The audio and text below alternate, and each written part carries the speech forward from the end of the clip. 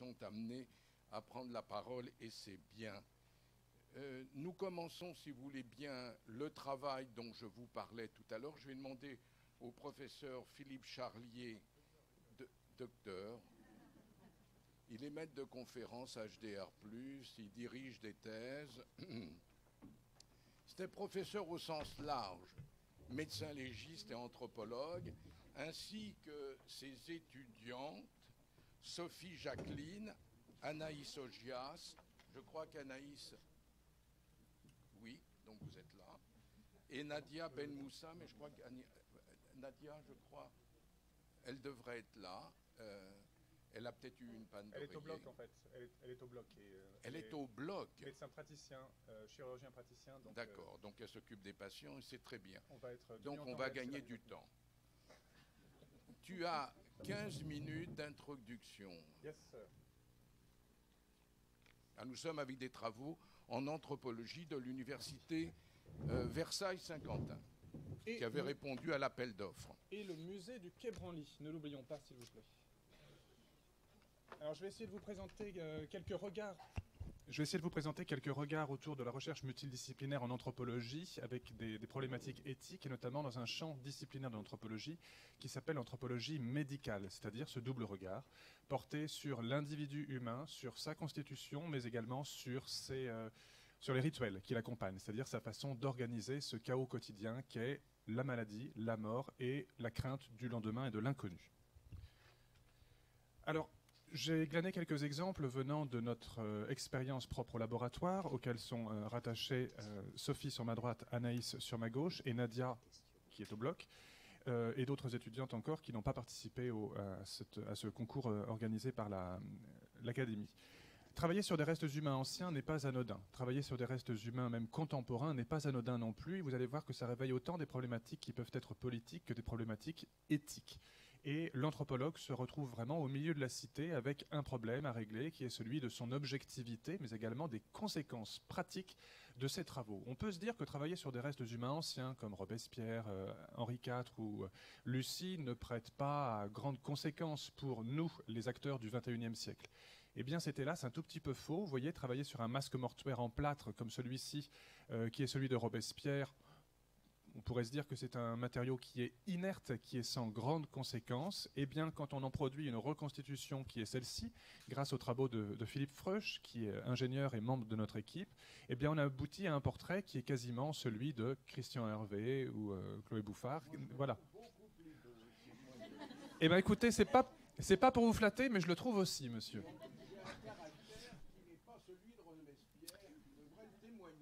C'est vrai, vous auriez pu me couper la tête. Mais vous auriez peut-être dû, monsieur. On est d'accord. En tout cas, on produit un portrait qui est aussi réaliste qu'une une de Paris Match sur une star du petit écran ou autre chose. Et c'est cette proximité, très sérieusement, c'est cette proximité, ce caractère de photographie et de réalisme qui est un réalisme scientifique fondé sur des travaux médico-légaux de reconstitution de visage à partir de restes squelettisés ou momifiés ou partiels, qui a déclencher une ire, pour le coup, d'une certaine partie de la frange politique française, l'extrême gauche, pour ne pas la nommer, Jean-Luc M, pour être très précis, qui nous a dit que nous étions des ambassadeurs du féodalisme bourgeois, et que, entre guillemets, que nous étions en train d'essayer de salir l'héritage progressiste de la Révolution française. Qu'il ait raison ou pas, peu importe, je m'en contrefiche. On fait un travail scientifique qui est jugé d'abord par nos pairs et ensuite par le grand public. Mais surtout, ce qui est intéressant, c'est que, vous voyez, ce ne sont pas des restes qui sont anodins, qui sont inertes. L'anthropologie a de vraies conséquences dans la vie quotidienne, avec parfois une récupération qui est politique, et c'était l'exemple. Même chose avec la tête de Henri IV, qui, bon, là, il n'est pas trop reconnaissable, je suis d'accord, d'où l'intérêt de la science médico-légale et de l'anthropologie archéologique aussi. Et quand on en a produit ensuite une reconstitution qui est extrêmement réaliste, là, il n'y a pas eu trop de problèmes sur la reconstitution. Malheureusement, c'était le fait que la tête soit identifiée de façon définitive, claire et précise, mais qu'ensuite elle soit balancée entre les deux clans royalistes, les Orléans et les Bourbons, qui se sont littéralement étripés au-dessus de cette tête en disant c'est la bonne, c'est la fausse, avec des arguments plus ou moins spécieux, plus ou moins plus ou moins cavalier, allant jusqu'à une demande de rétractation de notre article publié dans le British Medical Journal, qui évidemment a été refusé par l'éditeur en chef, car il n'y avait absolument aucun argument scientifique permettant de rétracter celui-ci. Donc vous voyez, ça peut quand même aller loin. Mais bon. Dans le domaine de l'anthropologie sociale, elle travaillait sur des restes momifiés comme des têtes séchées, si on peut dire, bouillies, en l'occurrence maoris qui viennent de Nouvelle-Zélande, présente un intérêt, et là l'anthropologue est au service, littéralement, de la cité, puisque vous voyez ces tatouages qui sont présents à la surface de la peau. Eh bien, certains sont antémortem et réalisés du vivant de l'individu, d'autres sont post-mortem, c'est-à-dire qu'ils ont été réalisés par les marchands européens ou par les Maoris directement sur ces têtes pour en augmenter la valeur dans ce marché de l'art de la fin du 19e et du début du 20e siècle. Le problème, c'est que ces têtes ont été restituées de la façon la plus coutumière possible par la France à la Nouvelle-Zélande il y a quelques années, et j'avais été missionné à l'époque pour en faire l'étude scientifique préalable, et on s'est rendu compte que certains de ces tatouages étaient antémortem, d'autres post-mortem. Et c'est important parce que seuls ceux qui sont antémortem permettent de faire une filiation, une traçabilité de la tête et de la rendre à la bonne collectivité maori. Si on la donne à une mauvaise collectivité ou si les informations sont trop lacunaires, elle aboutit dans un monde qu'on appelle le tapu. Le tapu, c'est le tabou pour vous, c'est-à-dire un monde qui est entre deux mondes, entre le monde des vivants et le monde des morts, un monde qui ressemble un peu au brouillard, tout simplement, et qui est ni la mort, ni la vie, ni la terre, ni le ciel. Voilà, quelque chose, une sorte d'entre-deux, tout simplement. Et c'est une véritable carte d'identité, ces tatouages maoris sur la peau, qui permet de dire à quel groupe d'îles appartient cet individu, famille religieuse ou royale, commerçant, nombre d'enfants, père appartenant à tel groupe social, etc. Donc c'est comme si on avait notre carte d'identité ou un code-barre sur le visage qui permet de rendre la tête à la bonne communauté. Donc c'est vraiment un travail extrêmement important et qui a été salué par la communauté maori. J'introduis à peine le sujet parce que Sophie va vous en reparler juste après. Le même type de travail est réalisé sur les tsansa, qui sont des têtes réduites jivaro ou hachoirs, qu'on retrouve en Bolivie, au Pérou et surtout principalement au Brésil. Et ces communautés parfois faisaient des fausses têtes ou utilisaient les têtes d'ennemis ou encore les têtes de voyageurs, ce qui peut donner des couleurs de peau un peu exotiques. Alors le problème se pose également pour des restes qui ne sont pas des restes humains. Et vous avez certainement entendu parler du discours de Ouagadougou, prononcé par le président Emmanuel Macron il y a quelques années, où il demandait que les conditions soient réunies pour organiser la restitution temporaire ou définitive d'objets d'art extra-occidental dans principalement les pays d'Afrique subsaharienne. Et donc Ouagadougou, on est exactement dans ce positionnement géographique, et une décision a été prise dans les suites de la restitution d'un rapport par Felwine Sarr et Bénédicte de Savoie de restituer des œuvres d'art provenant de ceci, le palais du roi Béhanzin à Abomey, au Bénin. Et donc on est dans un processus pour lequel l'anthropologie à la fois sociale mais également une anthropologie physique sont en train de travailler sur ces œuvres d'art, de mieux connaître les conditions de leur récupération ou de leur vol. Ça n'est pas très précis encore. Donc des conditions historiques qui sont lacunaires, pour utiliser un terme très diplomatique. Donc l'anthropologue participe aussi de ce type de recherche. L'anthropologue fait son travail de terrain. Vous avez ici Marcel Griol qui est sur le terrain au Mali, dans la communauté Dogon, dans l'ethnie Dogon, vraiment au pied de la falaise de Bandiagara. Et c'est là qu'il va recueillir les confessions d'un homme, et il va écrire un livre maître en anthropologie qui s'appelle Dieu d'eau. C'est l'ensemble de toute la cosmologie, de toute l'organisation sociale des Dogons qui va être transmise par ce vieil homme à Marcel Griol. Le seul problème, c'est que Marcel Griol ne faisait pas des questions neutres. Il posait des questions qui étaient orientées. Est-ce que c'est vrai que? Est-ce que vous êtes vraiment les fils de? Est-ce que la forme de cette porte correspond exactement à la forme de ce masque? Et donc, au fur et à mesure, les voyageurs successifs, les anthropologues qui ont travaillé sur les carnets de Marcel Griol se sont rendus compte que ce n'était pas une recherche objective, mais qu'il avait complètement dicté quasiment les réponses dans la bouche de la personne qu'il interviewait, si on peut dire, qu'il interrogeait. Et parfois même, cette personne-là lui faisait plaisir, lui répondait ce que Griol avait envie d'entendre. Donc c'est un problème de travailler seul d'abord, d'où l'intérêt de la multidisciplinarité, et c'est un problème aussi de ne pas travailler sans la révision par les pairs et sans une grille aussi de travail qui est bien édictée et qui se veut la plus objective possible. Donc Griaule est un magnifique exemple sur le plan littéraire, mais peut-être pas un magnifique exemple sur le plan ethnographique, malheureusement. Je vous ai parlé à cette place même, ici, sur cette chaise, présentement, il y a 48 heures, du positionnement d'un anthropologue, Colin Turnbull, qui, en Ouganda, a décidé de ne pas intervenir vis-à-vis de la communauté Ikh qui était en train de se mourir. Au début, il commençait à nourrir quelques individus de cette ethnie, et puis ensuite, il s'est rendu compte que non, son rôle à lui était d'observer, mais de ne pas intervenir, d'être d'une neutralité complète, même si c'était contre ses propres valeurs chrétiennes, mais ces valeurs anthropologiques étaient de ne pas intervenir et de voir faire et de décrire tout simplement dans la plus pure neutralité. Comme il y a 48 heures, évidemment, je ne vous engage pas à juger ce positionnement. Nous nous sommes battus il y a 48 heures sur ce problème avec nos collègues canadiens, mais il n'y a pas trop de blessures. Voilà, on ne va pas remettre le feu à nouveau. Alors, le travail de l'anthropologie de terrain est miné, si on peut dire, par des aberrations. Vous avez ici un anthropologue nazi qui s'appelle Bruno Beger, qui a beaucoup travaillé dans l'Himalaya, sur les confins himalayens, notamment au Tibet. Vous voyez, il mesure, il fait ce qu'on appelle de la craniométrie, de l'anthropométrie, le but étant d'asseoir les théories racistes et raciales nazies autour de l'arianisme et de la race pure. Tout ça dit avec énormément de guillemets, hein, vous imaginez bien. Alors, travail de mesure, vous voyez, avec un céphalomètre et un craniomètre dans la photo de gauche, et également il met des pigments sur la peau de cette jeune fille jusqu'à aboutir à la couleur de sa propre peau. Et en fait, en fonction du nombre de couches de pigments qu'il a mis, ça lui permet de déterminer de façon scientifique, si on peut dire, et j'ai du mal à utiliser ce mot-là pour un anthropologue nazi, la couleur de peau, les téguments exacts de cette jeune fille. Donc là, vous voyez la déviance, comment dire, les travaux ne sont pas menés de façon objective, la population elle est choisie avec une idée préconçue, et les buts menés par cet anthropologue ne sont pas particulièrement vertueux.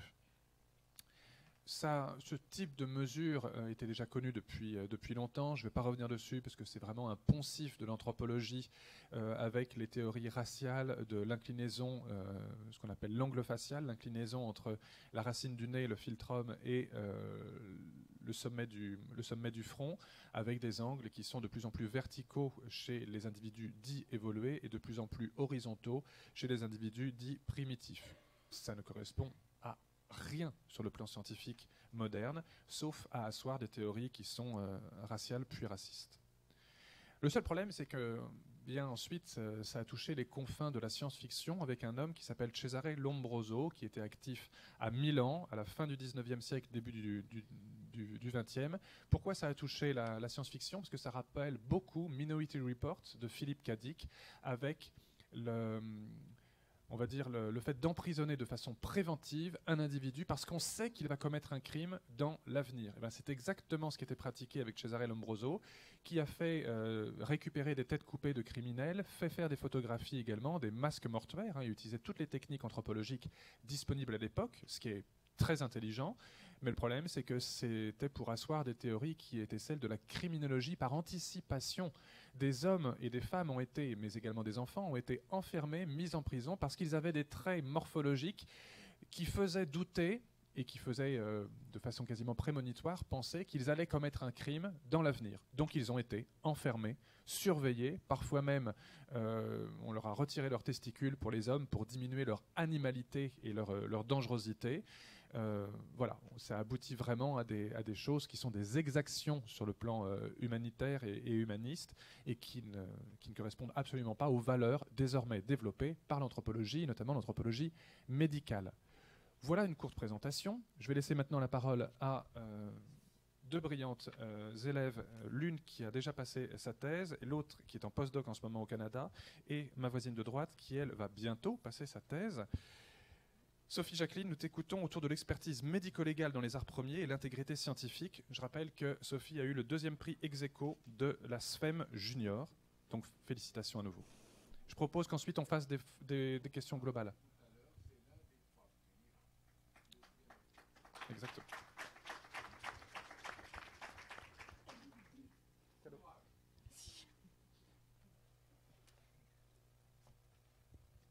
Bonjour à toutes et à tous, merci à vous. Donc, je suis doctorante à l'UVSQ sous la direction de Philippe Charlier. Bravo. Et je travaille sur l'étude des œuvres d'art premier et en particulier l'intérêt et les limites de l'expertise médico-légale dans l'analyse de ces œuvres. On a voulu se poser une question qui est la place en fait, de l'intégrité scientifique dans l'analyse de ces œuvres. De nos jours, la communauté scientifique se préoccupe de plus en plus des questions déontologiques et d'intégrité. On a voulu en particulier comprendre les enjeux de l'intégrité et les conséquences que pouvait avoir un manquement à l'intégrité auprès de différentes communautés, 3 en particulier qu'on va développer un petit peu plus tard. Et pour cela, on s'est penché sur un exemple qui est la circulation des œuvres d'art et en particulier la restitution de celles-ci. On distingue ainsi 2 cas. Celui des objets qui sont volés et issus de campagnes illégales et le cas des objets qui sont arrivés légalement en Occident. Dans les années 60 à 70, les objets volés ont afflué sur les marchés occidentaux et donc dans les musées, dans les collections privées, dans les collections publiques. Là, une convention a été signée, la convention de l'UNESCO en 1970, qui déclare illicite l'importation, l'exportation et le transfert de propriété des biens culturels. Les États se sont signataires de cette convention, se sont engagés à prendre des mesures pour saisir, restituer à la requête de l'État d'origine des pièces, bien évidemment, tout bien volé et importé après l'entrée en vigueur de la convention. Elle n'est pas rétroactive. Parfois, les disparitions, les campagnes ont eu lieu avant 1970, où les États ne sont pas signataires de la convention, et dans ces cas-là, la convention sert de base à une réflexion et éventuellement à une restitution.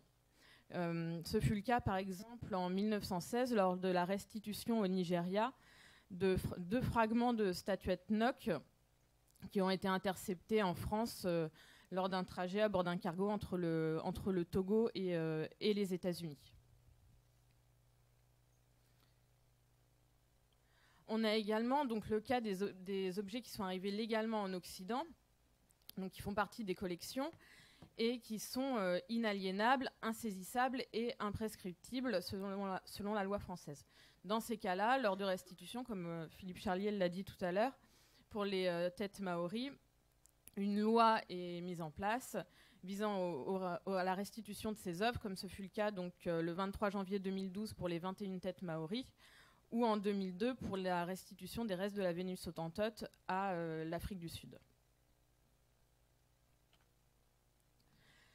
Je ne vais pas donc m'attarder sur la restitution des têtes maoris, mais en fait, elle constitue un précédent à l'étude qu'on a effectuée ces dernières années sur les têtes Jivaro. Et le but, en fait, était de voir à qui restituer ces œuvres, quelles œuvres restituer, et bien sûr, sur quels critères se baser pour restituer ces œuvres. Donc, je ne m'attarde pas. Et donc, on va parler de l'authentification des têtes Jivaro. Il a été étudié 20 têtes réduites, donc, essentiellement présentes au musée du Quai Branly-Jacques Chirac, mais également dans 2 collections privées. Il existe des têtes cérémonielles et des têtes commerciales. Et en fait, le but était de faire un distinguo entre les deux en se basant sur plusieurs critères.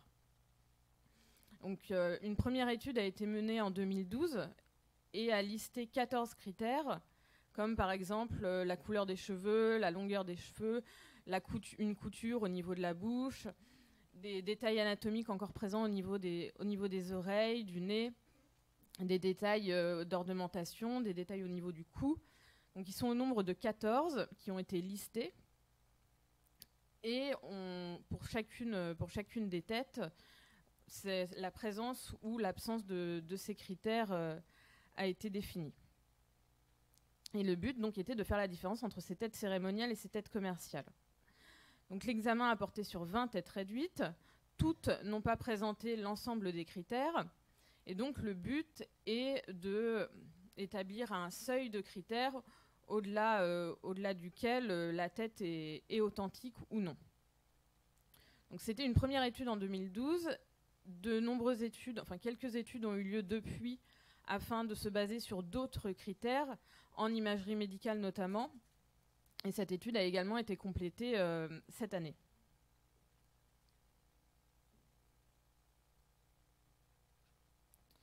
Donc on a essentiellement parlé de la communauté scientifique, mais il ne faut pas oublier deux autres communautés dont on a parlé un petit peu en introduction, que j'ai évoquées quand j'ai évoqué 3 communautés, qui sont les communautés autochtones, bien sûr, et la communauté du marché de l'art.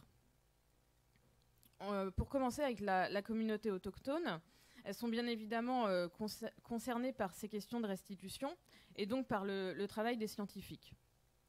On s'est un peu posé quelques questions éthiques à travers ce travail sur l'intégrité, à savoir la conservation de leur intégrité physique et de leur intégrité morale lors de l'étude des pièces. On pratique des examens, notamment en imagerie 3D par exemple, qui sont des examens non destructeurs et non invasifs. Donc elles gardent leur intégrité physique, mais gardent-elles leur intégrité morale?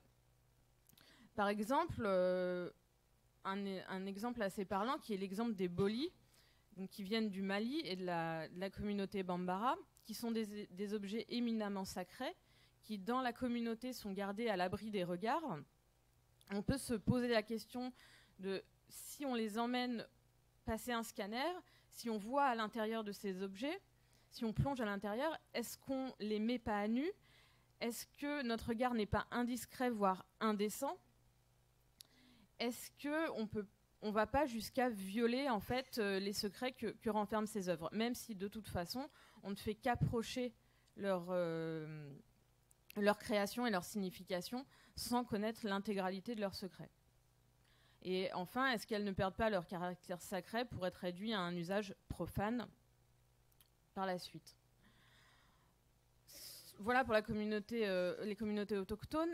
Et quand on se penche sur la communauté commerciale, qu'il ne faut pas oublier, car les objets qui arrivent en Occident peuvent passer par des salles des ventes, des maisons de vente, par des collections privées et bien sûr par des musées.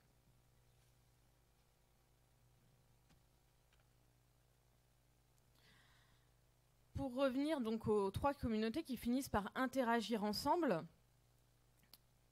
il existe un lien entre chacune d'elles. Il existe bien sûr un lien entre la communauté scientifique et la communauté autochtone, et les communautés autochtones, pardon, car on peut se poser la question de faire participer ces communautés aux examens scientifiques, comme ce fut le cas pour les têtes maoris, et leur demander leur avis. Nous, c'est ce qu'on a fait lors d'un voyage sur le terrain il y a quelques mois. On est allé leur expliquer un peu ce qu'on faisait comme imagerie 3D. On leur a montré un peu ce que ça donnait. Au Bénin, oui, merci. Et on leur a montré tout ça et on leur a demandé ce qu'eux, ils en pensaient. Est-ce qu'on avait le droit de faire ces examens? Est-ce qu'eux étaient d'accord ou non? Donc on se pose la question donc de l'assentiment et de la participation des cultures, des représentants des cultures. Et donc jusqu'où doit aller l'utilisation des outils biomédicaux. Voilà pour le lien entre les scientifiques et les communautés. On doit également donc se poser la question du lien entre les scientifiques et les communautés commerciales. Car en effet, notre travail est important également pour eux, pour les maisons de vente, pour les galeries, lorsqu'on expertise un objet. J'ai bientôt fini. C'est la dernière diapo. Et, donc, on se pose la question de la valeur de ces objets. En effet, des objets qui sont, par exemple pour les têtes Jivaro, des têtes qui sont réelles, des têtes qui sont cérémonielles ne vont pas du tout avoir la même valeur que des têtes qui sont commerciales.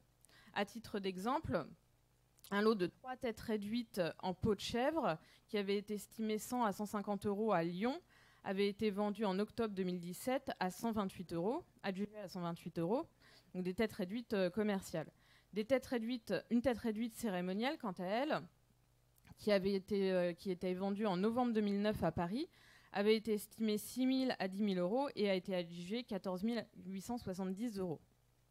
Donc on voit là l'importance de l'authentification également de ces têtes pour la communauté commerciale. Et donc l'interconnexion entre ces 3 communautés scientifiques, autochtones et commerciales autour de l'intégrité de nos recherches.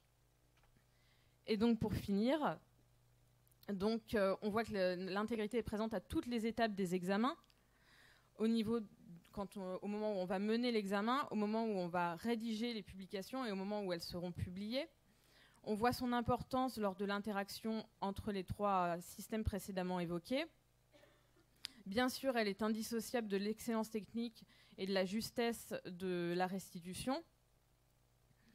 Elle se trouve à la croisée des chemins entre le droit international, les sciences humaines et les sciences fondamentales et doit bien sûr rester une préoccupation constante lors des travaux. Un manquement à cette intégrité, comme nous venons de le voir, peut avoir des conséquences morales auprès des communautés autochtones, mais également des conséquences financières auprès des marchands d'art. Je vous remercie.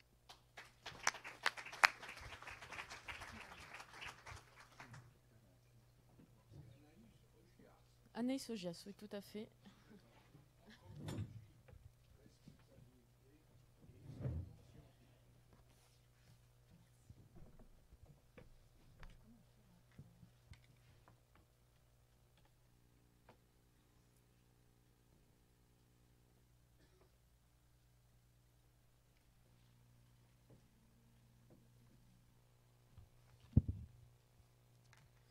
Donc, bonjour à tous. Alors, je m'appelle Anaïs Ogias. Pour me présenter brièvement, je suis archéoanthropologue, docteur en éthique médicale et actuellement en post-doctorat à l'université de McMaster à Hamilton au Canada, où j'étudie la récupération des bactéries intestinales anciennes à partir de sédiments archéologiques et en l'occurrence des latrines actuellement. Donc, le constat d'un isolement international scientifique des ressources biologiques humaines en contexte archéologique et ethnographique et des données résultantes m'a conduit à réfléchir à une nécessité d'unir les différentes sciences relatives à l'homme, mais également d'unir le contexte légal et de proposer de nouveaux réflexes de stockage et d'intervention sur ces archives qui sont très fragiles, afin de travailler de manière plus intègre et transparente sur ces ressources. Donc cette proposition s'est articulée autour de 3 axes. Donc vous avez l'isolement et l'anthroporesponsabilité qui va reprendre le contexte scientifique actuel. Le temps de l'oubli et disparition statutaire qui, lui, va reprendre le contexte légal. Et la dernière partie pour un centre de ressources biologiques qui, lui, va émettre quelques propositions pour remédier à ce genre de constat. Donc, alors, actuellement, chaque organisme scientifique qui a procédé au prélèvement ou à l'analyse va avoir sa propre zone de stockage. Lorsque certains prélèvements vont être carrément jetés. Donc, lorsqu'ils sont conservés, ces échantillons vont être pas explicitement, ils vont être stockés, mais les zones de stockage mondiales ne vont pas être explicitement ouvertes ni consultables. Et il va y avoir également un manque de registres évident. Donc, seuls les scientifiques du service ou ceux qui, de manière hasardeuse, vont en faire la demande, vont avoir accès à ces échantillons et à toutes ces données. Donc les protocoles également d'intervention vont être propres à chaque organisme, voire à chaque chercheur. Et il n'y a aucun contrôle, aucune responsabilité supérieure, aucune autorité qui va avoir un droit de regard dessus actuellement. Donc cette situation, elle est également associée à différents comportements qui va entraîner jusqu'à une appropriation du matériel. Donc on parle pourtant de restes humains et de plusieurs milliers de supports qui vont être soit le prélèvement initial, c'est-à-dire le prélèvement brut, soit les échantillons intermédiaires qui vont être issus des différentes manipulations biologiques, mais également des données résultantes, qu'elles soient brutes, qu'elles soient publiées ou non. Donc pour protéger ces ressources archéologiques et ethnographiques, il n'y a pas grand-chose.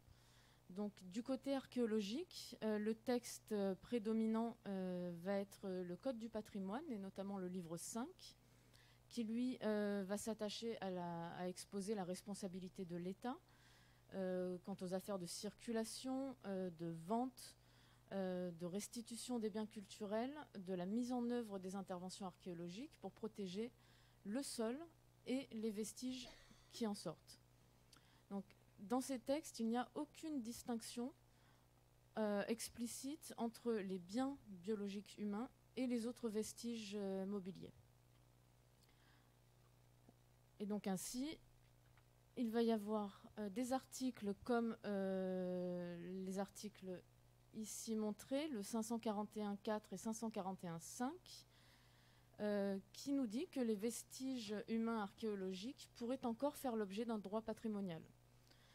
Donc vous voyez, ça mentionne que les biens archéologiques mobiliers mis au jour sur les terrains acquis avant la date d'entrée en vigueur de la loi, c'est-à-dire 2016, vont être confiés dans l'intérêt public au service de l'État chargé de l'archéologie pendant un délai nécessaire à leur étude scientifique dont le terme ne peut excéder 5 ans. Donc ça veut dire que certains propriétaires, au-delà de 5 ans, peuvent réclamer un vestige mobilier découvert sur leur terrain, parmi lesquels des squelettes. Du côté médical, en revanche, on va avoir beaucoup de textes qui vont protéger la personne humaine, ses biens, ses produits biologiques et les interventions sur ces supports, et qui vont notamment empêcher le droit patrimonial. Et dans ces textes bien précis, il n'y a toujours aucune mention explicite des vestiges humains anciens ou ethnographiques. Donc on assiste littéralement à une perte d'humanité de tous ces supports.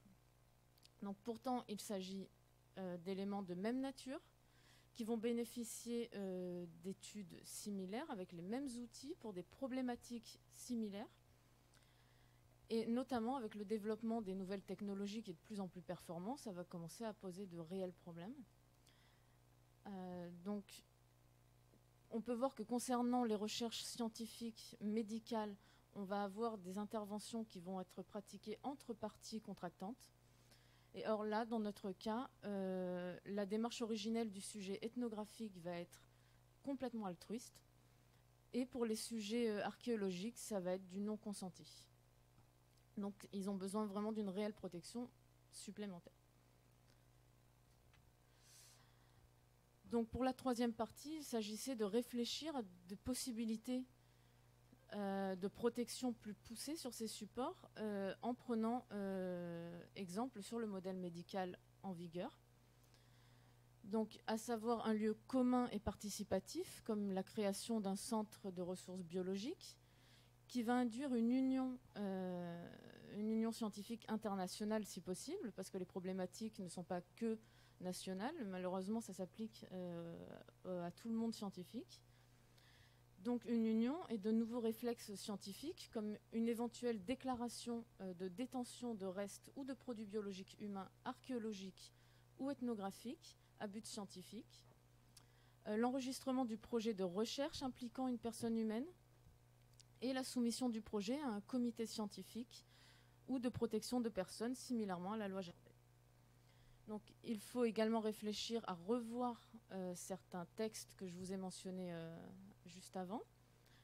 Donc en distinguant ces vestiges biologiques humains anciens et ethnographiques dans le livre 5 du Code du patrimoine, mais également une mention dans la loi Jardin, lesquelles vont pouvoir se répondre sur ce point-là. Donc il est également nécessaire de faire appel et de mobiliser les instances mondiales compétentes, et en commençant par l'État, qui va petit à petit devenir le propriétaire exclusif de tous ces vestiges.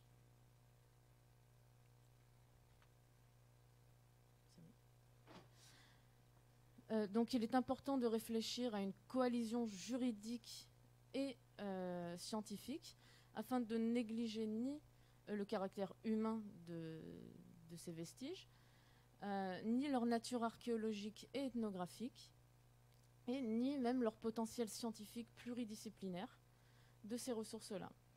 Donc au-delà de la protection de la personne, archéologique ou traditionnelle, il s'agit également de proposer un outil de diffusion de ces échantillons qui sont disponibles et isolés en stockage, et des données résultantes afin de limiter les prélèvements, les coûts, les inconvenances, mais également pouvoir croiser ces données-là qu'une seule étude ne pourra jamais permettre. Donc je vous remercie de votre attention. On peut déjà remercier d'être resté dans les temps, on tient à vous remercier. Au niveau des textes qui ont été proposés, Jacques, en ce qui concerne Médecine Sciences, où est-ce qu'on en est des différents travaux? En fait, la problématique, pour Médecine Sciences, il y a un accord pour publier un certain nombre de ces textes dans la mesure où ça va rentrer dans les auteurs guides, en fait, les guides aux auteurs. Donc il faut que je parle avec chacune d'entre vous et chacun d'entre vous. Très bien. Est-ce qu'il y a des questions que vous pouvez poser? Vous avez la parole. Vous vous présentez avant. Bonjour, donc je m'appelle Guillaume, je suis en 5e année en thèse en santé publique. J'ai un peu étudié l'anthropologie à l'école normale supérieure. J'avais juste une question, est-ce que vous pouvez préciser, parce que vous faisiez la différence entre l'anthropologie Griot et l'anthropologie nazie, il dit que maintenant c'est vraiment différent. Est-ce que vous pouvez nous donner quelques clés en termes de littérature d'auteur, ou en quoi vous faites vraiment les choses différemment pour le raisonnement scientifique, et en quoi finalement votre approche a changé? Enfin, vous aviez ce schéma, ce diagramme de la science, les communautés scientifiques, la communauté indigène et le commerce, mais j'ai l'impression que ça s'inscrit dans un cadre d'institution à ces données, et comment on peut... Enfin, c'est difficile ma réflexion, comment vous prenez ça en compte, le cadre institutionnel, et aussi son caractère changeant et dynamique? Alors, je vais commencer à répondre à la première question, la seconde étant destinée à ma voisine de droite, Sophie Jacqueline. D'abord, vous devez bien faire la différence entre l'anthropologie sociale et l'anthropologie physique. Les deux étaient liés jusqu'aux années 50, et le clivage vient d'un différend entre deux hommes à l'école pratique des hautes études, qui ensuite sont partis créer une 5e section qui est devenue l'école des hautes études en sciences sociales. Mais avant, on faisait de l'anthropologie sociale, donc l'organisation de ces rituels et des comportements humains, en même temps qu'on faisait une anthropologie physique. Et les deux étaient intimement liés. Ce qui justement était peut-être problématique, avec des théories évolutionnistes qui étaient surajoutées, avec des théories raciales qui n'étaient absolument pas cachées, des théories notamment de hiérarchisation à la fois de l'intellect, mais aussi de la qualité et de la complexité des organisations sociales. Quand Philippe Descola, vous vouliez des références, Philippe Descola, qui décrit très bien ce processus-là dans Par-delà nature et culture, quand il est parti en Amazonie, il est allé là-bas parce qu'on considérait que c'était des sauvages sans foi ni loi et sans culture, sans rien, sans aucune organisation. C'est-à-dire que c'était non pas des hommes, mais des bêtes, et que certaines bêtes même étaient plus organisées que ces tribus. Donc, je pense que Descola est un bon point de départ, à commencer par ce maître-livre qui est Par-delà nature et culture. Je pense que les ouvrages de Godelier, Maurice Godelier, notamment son dernier qui est sorti aux édition poche du CNRS autour des rituels de mort, est très bien parce qu'il fait venir, il dirige l'ouvrage, il fait une synthèse au début et à la fin. Donc ça s'appelle Rites de mort, aux éditions du CNRS, édition poche. Et là, vous verrez qu'il Il recrute une quinzaine de chercheurs à peu près qui vont décrire la complexité de ces différents rituels et qui mettent en perspective à la fois l'anthropologie physique sur les squelettes, les momies, mais également les données à la fois historiques, sociologiques et anthropologiques sociales autour de ces rituels de funérailles, mais aussi d'agonie. Et voilà, c'est avant la mort, pendant la mort et après la mort. 2 maîtres livres. Je pense que ça devrait bien vous occuper. Merci. Sophie. Est-ce que vous pourriez répéter la deuxième question, s'il vous plaît? Ne vous inquiétez pas. C'est sur le cadre institutionnel dans lequel vous travaillez, et notamment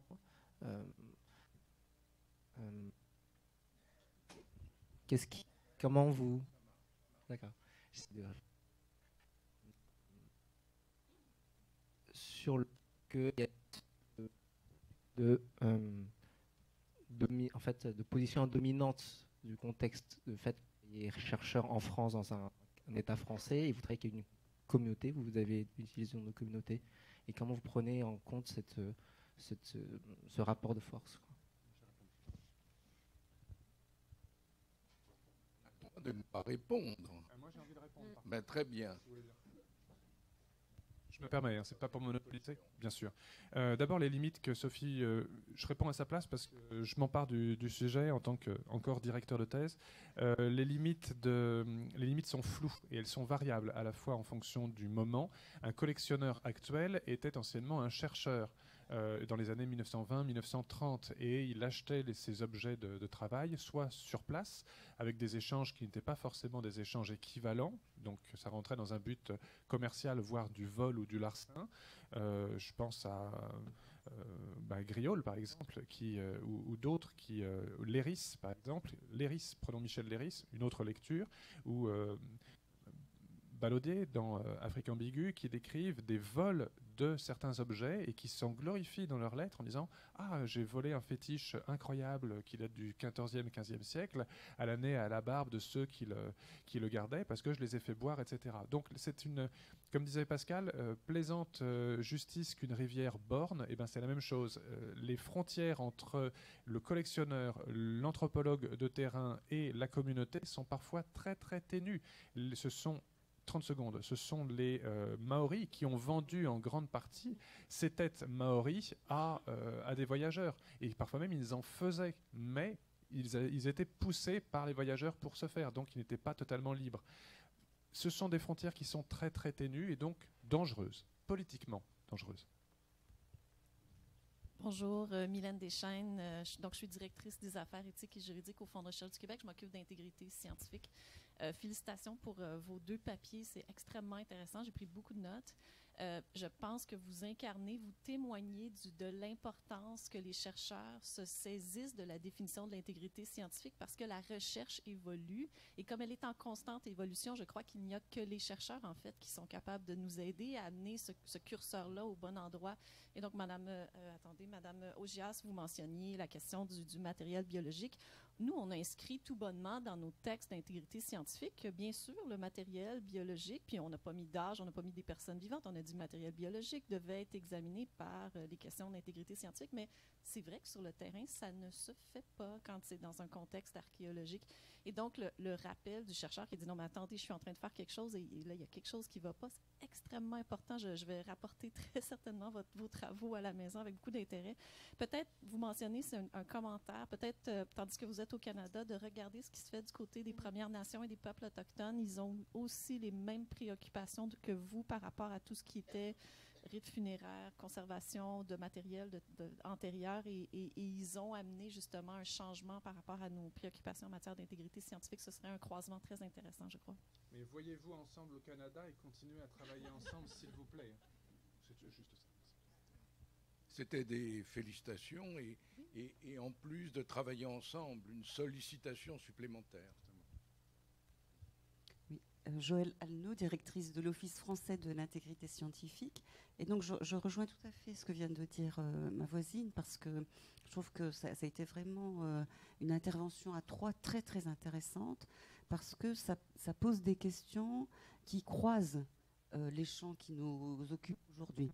L'intégrité scientifique, l'éthique, vous avez beaucoup parlé d'éthique, mais je pense que faire le lien avec l'intégrité scientifique, c'est tout à fait envisageable parce que, par exemple, je me suis demandé dans quelle mesure, dans vos découvertes, vous avez parlé de Robespierre, les reconstitutions que vous faites, qui approchent la vérité, ne viennent pas contrecarrer des fausses vérités qui ont pu être mises en avant et donc du coup rétablir une certaine intégrité scientifique du côté d'autres disciplines comme l'histoire ou la politique. Enfin voilà, ça c'était un point. Et puis ces questions-là de... J'entends parfois certains de mes collègues dire mais on peut faire une science intègre qui respecte une démarche d'intégrité scientifique tout en étant éthiquement complètement condamnable. Alors l'exemple un peu caricatural, c'est justement les nazis. Moi, je ne suis pas sûre qu'il y ait une telle étanchéité, justement. Bon, on n'a pas le temps là de faire les définitions respectives, éthique, déontologie, intégrité scientifique, mais à mon avis, il y a forcément des intersections et des croisements. Et puis ces questions-là, elles concernent aussi un pan très très contemporain de notre histoire, parce que des expérimentations sur des personnes, elles ont eu lieu aussi jusque dans les années 60-70, y compris aux États-Unis, avec des prisonniers, avec des personnes hospitalisées en psychiatrie, etc. Donc on voit que ça nous touche de bien plus près que cela. La question c'est, est-ce que le corps humain, j'ajouterais, et animal, peut-être aussi, c'est une autre question, est une marchandise comme les autres dans les disciplines qui vous occupent? C'est peut-être justement l'intérêt des lois de bioéthique éventuellement. Voilà. Mon maître a répondu à ma place. C'est exactement l'intérêt des lois de bioéthique, de ne pas en faire un bien commercial, d'en faire un bien de recherche tout simplement, mais pas à but lucratif, bien sûr. Oui, les têtes étaient commerciales au moment... Bref, les têtes étaient commerciales au moment où elles ont été faites, développées, puis vendues et dispersées. Maintenant, ces restes-là sont toujours potentiellement commerciaux avec la communauté des ventes aux enchères, des marchands d'art, etc. Mais on vend quand même de moins en moins de restes humains pour des questions d'éthique et également de régulation c'est mal vu. Voilà, par la communauté générale, pas simplement scientifique, mais aussi la communauté des marchands.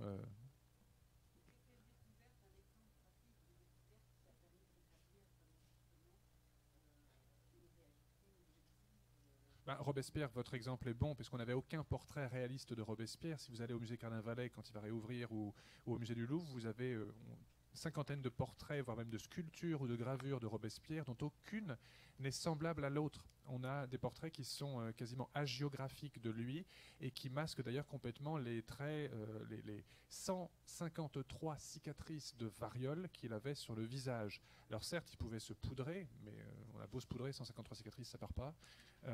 Et donc c'est comme essayer de masquer une barbe avec de la poudre de riz, ça marche pas. Et donc du coup, rien que cette réalité anatomique, qui était d'ailleurs utilisée par ces critiques contemporains, historiques et politiques aux diverses assemblées, voilà, on a rétabli un portrait qui est réaliste. Pareil pour la tête de Henri IV, où on a pu montrer que c'était la véritable tête.